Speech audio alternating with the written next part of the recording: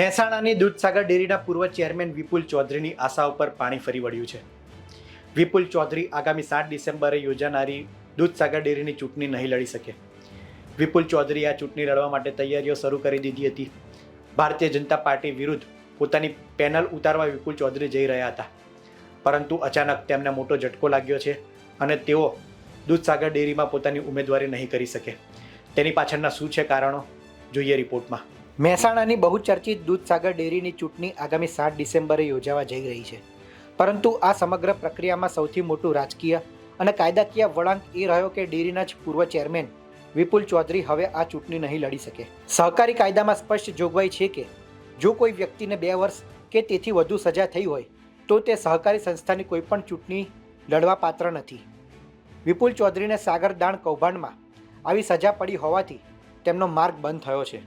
Mehsana sessions કોર્ટમાં પહેલાં પણ તેમણે પોતાની સજા ઉપર સ્ટે મેળવવા અરજી કરી હતી, પરંતુ તે અરજી ફગાઈ દેવાતા કાનૂની લડત આગળ વધારવા તેમણે હાઈકોર્ટનો દરવાજો ખટખટાવ્યો હતો. હાઈકોર્ટે પણ તાત્કાલિક રાહત આપવાના બદલે આગામી 3 ડિસેમ્બરે સુનાવણી રાખી છે. આ તારીખ જ ચૂંટણી પ્રક્રિયામાં નિર્ણાયક બની છે. ડેરીની ચૂંટણીમાં ઉમેદવારી ફોર્મ ભરવાની અંતિમ તારીખ 24 નવેમ્બર છે અને જિલ્લા સહકારી વકીલ વિજય બારોટે સ્પષ્ટ જણાવ્યું છે કે હાઈકોર્ટમાં મેટર પેન્ડિંગ હોય ત્યાં સુધી સુપ્રીમ કોર્ટમાં જવાની મંજૂરી નથી મળતી.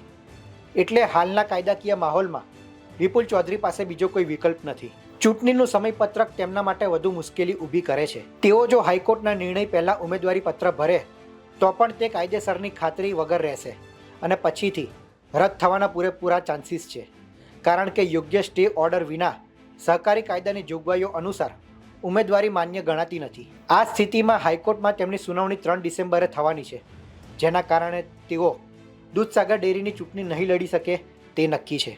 બ્યુરો રિપોર્ટ, ગુજરાત તક.